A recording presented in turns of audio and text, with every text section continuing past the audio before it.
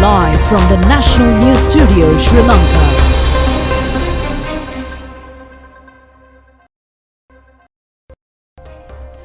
Hello and good evening and a warm welcome to the news live from the National Studios of Rupavahini. Bringing you your stories for today is Lakshita Edrisinghe and I'm Shah Mascarenhas. First, it's a look at the day's headlines.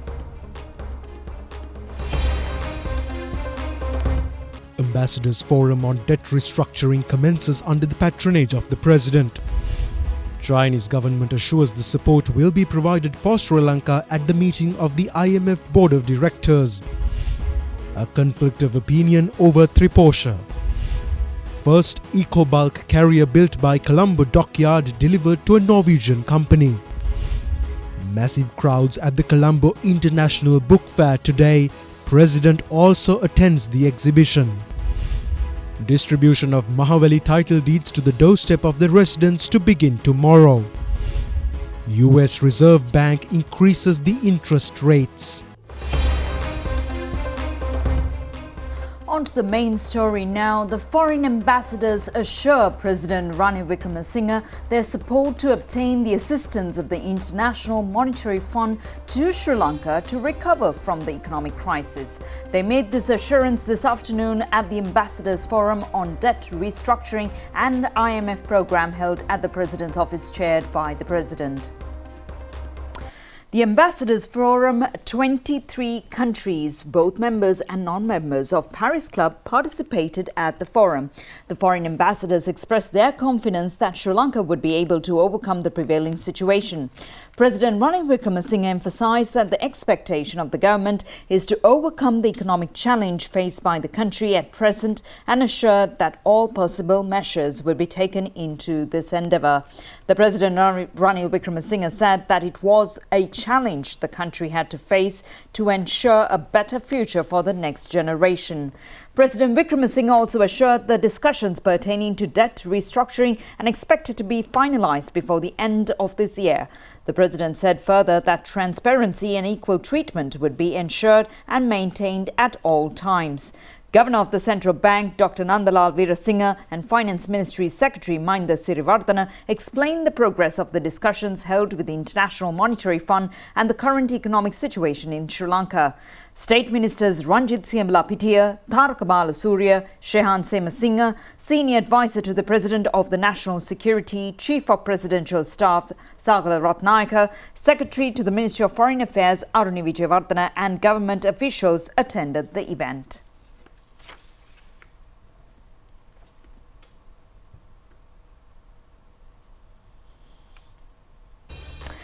Public Health Inspectors Association emphasizes that Triposha distributed among the pregnant women is consisted of a cancerous component called aflatoxin. Responding to these claims, Chairman of Sri Lanka Triposha Company Deepthi Kularatne said that no such cancerous components are consisting in the Triposha distributed among pregnant mothers. Vice President of the Sri Lanka Public Health Inspectors Association KAP Boralasa said that it was revealed during a sample testing that the stocks in the market have a problematic condition. Accordingly, based on the results of the sample testing, instructions were directed to recall all stocks available in the market. He said that the production of Triposha is carried out by a company as a joint venture with the government. He pointed out that the company is yet to be regularized. Therefore, he emphasized the need for a proper regularization of the firm.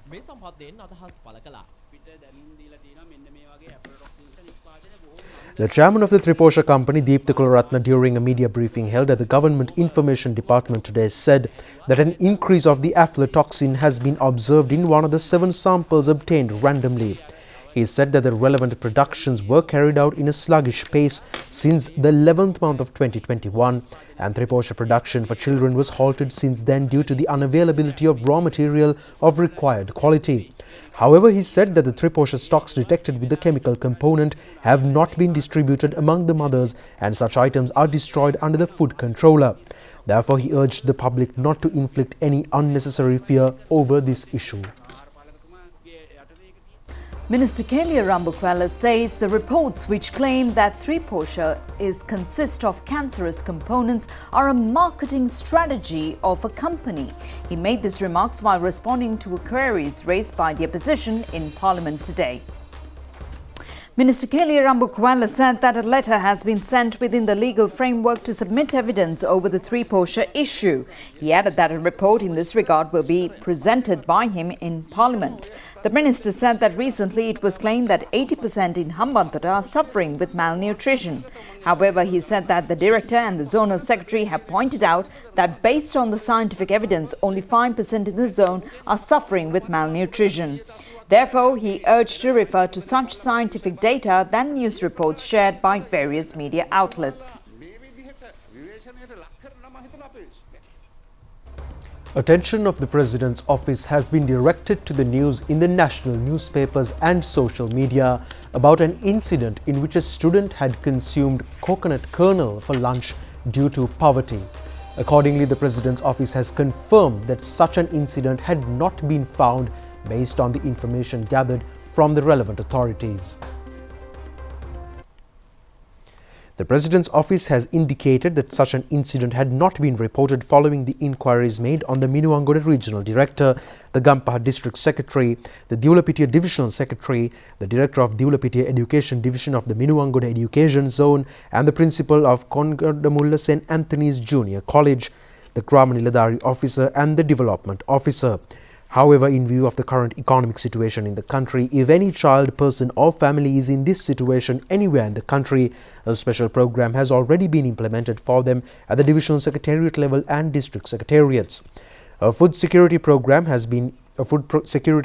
unit has been established at the President's office, and information can be provided by contacting the unit on their hotlines 011 435 4647 or 011 435 4354 and extension numbers 5705 or 5707. Samurdhi recipient families with more than 5 members, families with disabled and people with chronic illnesses, poverty-stricken families with children below 5 years, families without a husband or wife, families with pregnant and lactating mothers, and poverty-stricken families who have not even received primary education and facing severe food insecurity have been identified as criteria for providing assistance under the World Food Programme. Accordingly, it is possible to provide 15,000 rupees monthly under the World Food Programme for such families through Grama-Niladhari officers and divisional secretaries. This money will be provided to them for the first 3 months, and a food program will be implemented for another 6 months. In addition to this, the government has taken steps to provide a monthly allowance of 10,000 rupees to 61,000 poverty-stricken families for a period of 6 months. If there are families who are not included in any of these programs and are suffering from lack of food, there is a possibility of providing food for them on a short-term basis. Accordingly, a request should be made in this regard through the Grama-Niladhari officers, divisional secretaries or the Food Security Program Unit of the Presidential Secretariat. In addition, if there are families with malnourished children, food aid programs will be implemented through initiatives such as the Parental Guardian System implemented by the government. Further, school teachers can also intervene and forward information on families suffering from lack of food to the Food Security Program, and those who are willing and able to help such families will have the opportunity to get involved. Grama-Niladhari officers and divisional secretaries have the opportunity to contact the Food Security Program and coordinate the implementation of these programs. Department of Examinations says that the applications for the admission of university students based on the Advanced Level Examination 2021 results can be submitted without certificates issued through the one-day service. The University Grants Commission has confirmed that the certificate of results issued by the principal of the school or the result confirmation document obtained by paying a fee via the official website of the Department of Examinations is necessary to confirm the results of the school applicants. Commissioner General of Examinations LMD Dharmasena said that for the external applicants, the result confirmation document obtained through the department's website is valid when applying for university admission. The relevant certificate of results can be obtained from www.donets.lk and inquiries can be made via 1911 hotline or 011 278 62 500 up to 207. The progress review of the program initiated to allocate a portion of the filling stations controlled by the Ceylon Petroleum Corporation to private fuel suppliers was conducted yesterday. A total of 1,250 filling stations are currently functioning under the corporation. A total of 24 companies have presented proposals based on the notice issued to summon published intentions. Accordingly, 600 filling stations belonging to the corporation are expected to be allocated for several eligible companies for import, distribute and sale of fuel. The implementation is expected to be carried out by November.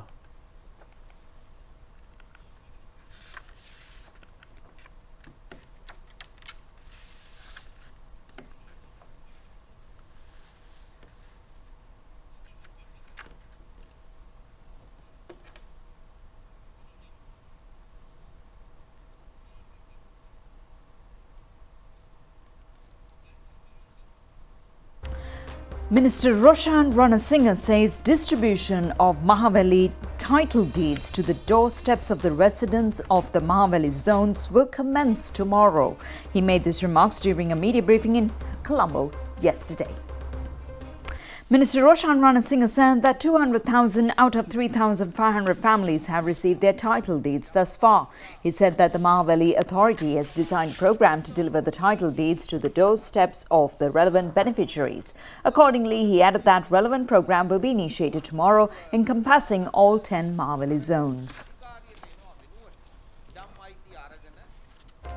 The Sri Lanka Rupavahini Corporation Amendment Bill was passed today without any revisions. The relevant bill was presented to the Parliament by Minister Bandula Gunawardene. The bill amended the Section 3 of the Sri Lanka Rupavahini Corporation Act No. 6 of 1982. The bill proposed changes in the board composition of the Rupavahini Corporation. Accordingly, it was proposed to increase the number of board of members of the corporation from 7 to 9. It was proposed that the secretary to the ministry of the subject minister or an officer not below the rank of an additional secretary of the ministry nominated by the secretary be appointed ex officio as a member of the corporation. The other member, a representative of the ministry nominated by such minister, will be assigned the subject of finance. These two special changes were proposed through the amendment bill.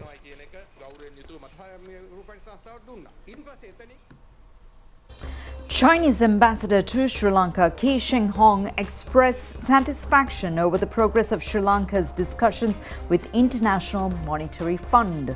As China is also a member of the IMF, the ambassador assured that the necessary support will be provided in the meeting of the IMF Board of Directors.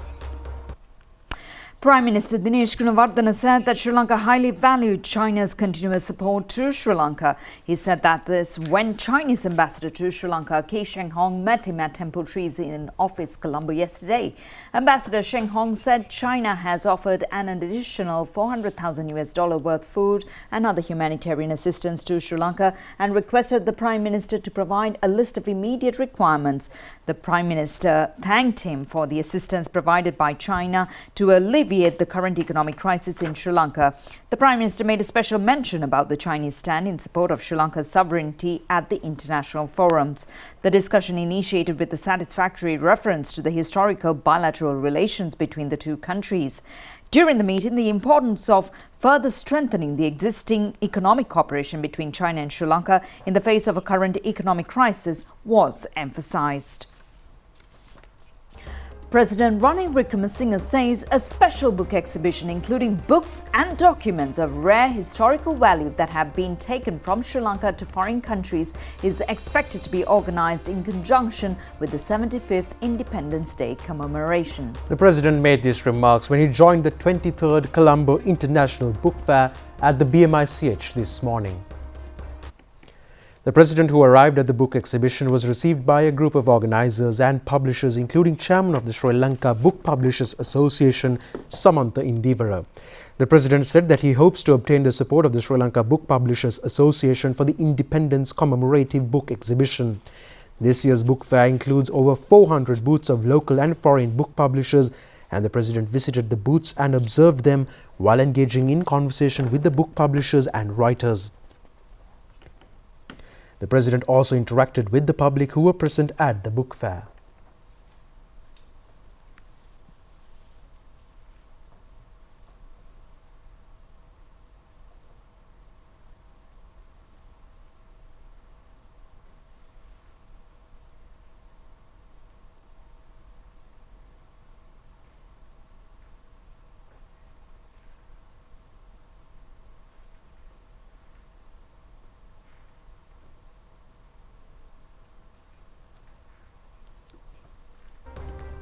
Colombo Dockyard Private Limited delivered an eco-bulk carrier built by a Norwegian company yesterday. Colombo Dockyards signed and executed shipbuilding contracts with a Norwegian company in March 2020 for 4 vessels and in December 2021 for another 2 vessels and reservation of dock slots for additional 4 vessels in September 2022. This is the first vessel of the series and this is 89.95 meters long, which is designed to hold a cargo capacity of 5,000 DWT. The type of cargo it could carry includes bulk cargo, grain, timber, unit loads and containers. These vessels are designed to be sustainable and climate friendly with lower emissions compared to conventional bulk carriers of the same size. The Norwegian company is Colombo Dockyards' first European customer for a shipbuilding project, and the delivery of the vessel marks a historic milestone in Sri Lanka shipbuilding. The company demonstrates its ability to undertake different types of vessels with varying and modern technologies. Colombo Dockyard was able to deliver the ship on schedule despite many disruptions, both domestically and internationally. Sri Lanka's economy is thriving to recover from a serious downturn, and the Colombo Dockyard has been able to manage operations during this difficult period through aggressive planning and continuous government support. State Minister Ranjit Siambalapitiya has instructed the Commissioner General of Inland Revenue to submit a report over the sugar tax scam within 10 days. The State Minister engaged in an observational tour at the Department of Inland Revenue today.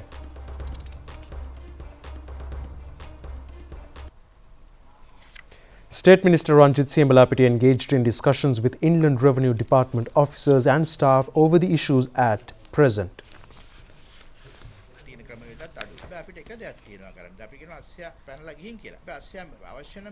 Minister Ranjit Siambalapitiya said that inquiries are underway to look into the sugar tax scam. He said that the authorities will not be able to retreat the duties for the imported stocks but have the ability to impose a revenue tax over the abnormal profit earned from the imports. He said that a report has been requested from the authority whether the relevant revenue tax has been levied within the stipulated 10 days. The Sri Lankan government, United Nations and the Norwegian government joined hands to address the issues pertaining to the food loss and the waste in fish value chains in Sri Lanka. Several researchers suggest that around 40% of the fish catch in Sri Lanka waste due to various ill effects in the value chain of the fisheries sector in the country.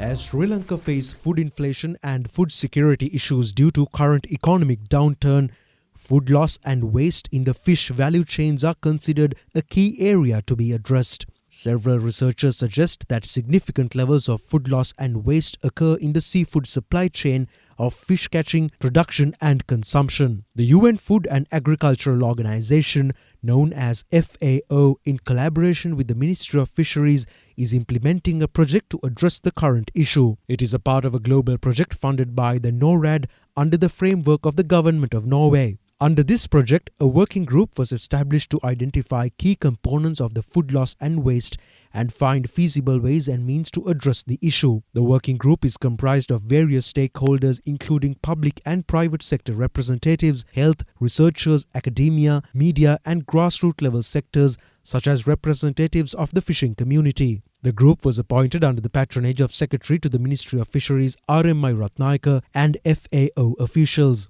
2 FAO specialists in an exclusive interview with the national television highlighted the importance of the project. Well, basically, I do believe that in all problems, the best solution is coming from the stakeholders, like different stakeholders, value chain actors should unite and talk to each other, because there are some gaps in terms of information, in terms of the policy implementation. However, if these stakeholders will manage to talk to each other and unite, and that's what we're doing right here. But the first thing I think is to find out the nitty-gritty of why these losses are occurring, where, particularly in the value chain, and then that will help us to, if you like, formulate the way forward and the solution. So, in a nutshell, we're going to spend a short time assessing the situation, identifying where the priorities are, and then we're going to spend time with the food loss and waste platform that we've created to identify solutions which are going to involve a mix of different, if you like, subject areas or different interventions. It's not going to be easy, but if we do arrive at a multi-dimensional approach, it's more than likely going to be a sustainable solution for Sri Lanka, and hopefully in the long term will help improve food security and the contribution of the fisheries sector to national development objectives. The World Tourism Day is celebrated on the 27th of September. Western Provincial Tourism Board has organised several programs to celebrate the International Day. Tourism Day is Rethinking Tourism. The celebrations of the International Day will be carried out in the Western Province under the theme Cycling Tourism. The event has been organised with the participating of youth. Accordingly, the Western Provincial Tourism Board has taken steps to organise a cycle parade from Theatre Gardens in Battaramulla to Kollupitia.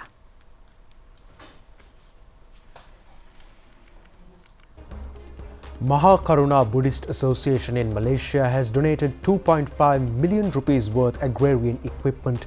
Accordingly, the donated equipment and seeds were distributed among 600 farmers in Pathahewahata area. The relevant donation program was carried out under the guidance of the chief incumbent of Senthul Vihara and the chief Sanghanayaka of Malaysia, Venerable Buddhavatte Saranankaratera. The distribution program was conducted centering Murapala Sri Lanka Asokarama Vihara and Kolabissa Sri Bodhi Rukkarame Temple in Pathahewahata. The program was organised by the director of Hantan International Buddhist Studies Centre, the Venerable Pandita Udavatta Vimala Buddhi Thera.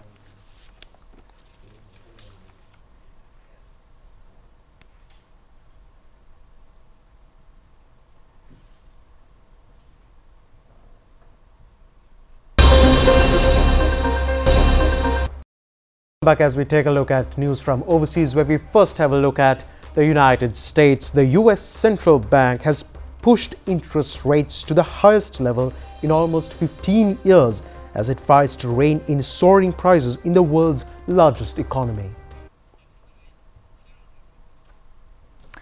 The Federal Reserve announced it was raising its key rate by another 0.75 percentage points, lifting the target range to between 3% and 3.25%.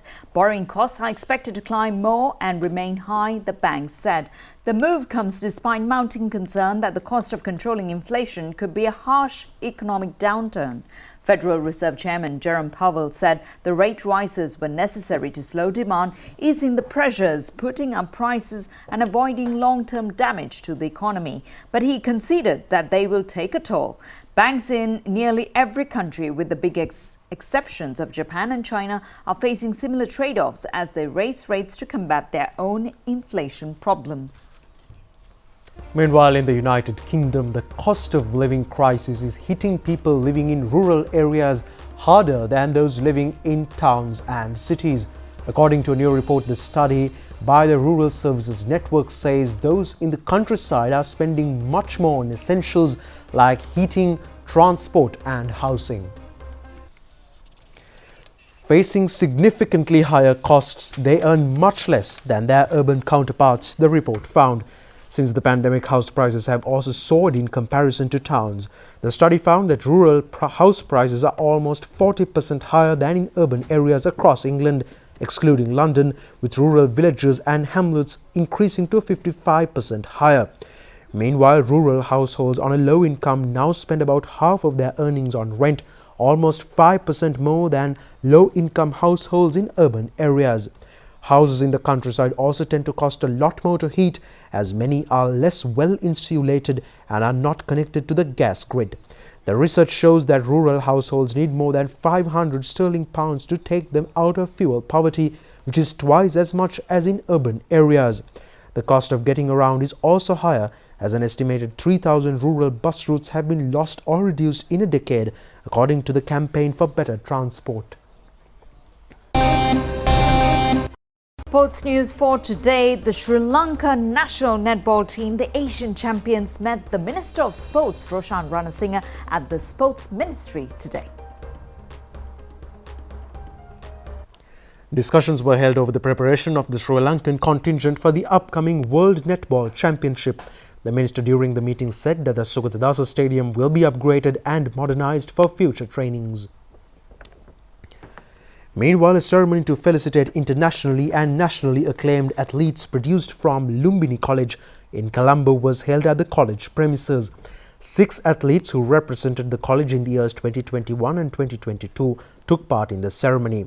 Accordingly, Medani Jayamanna, who took part in the Junior Athletic Championship held in Kenya, National Junior 100 meters champion Charit Pumal, Isuru Hasanka, who participated in the Asian Junior Para Championship, Varanga Jayawardena, who took part in the Under-17 Junior World Badminton Championship held in Spain, Sakuna Lianage, who represented at the Under-19 World Cricket Championship, and H.M. Mimanage Pereira, who participated at the National Cycling Championship, were felicitated during the ceremony. That's it. That's a look at Rupavahini News for tonight. Together with the rest of the team, we'd like to wish you a very happy Friday tomorrow. Enjoy. Good night.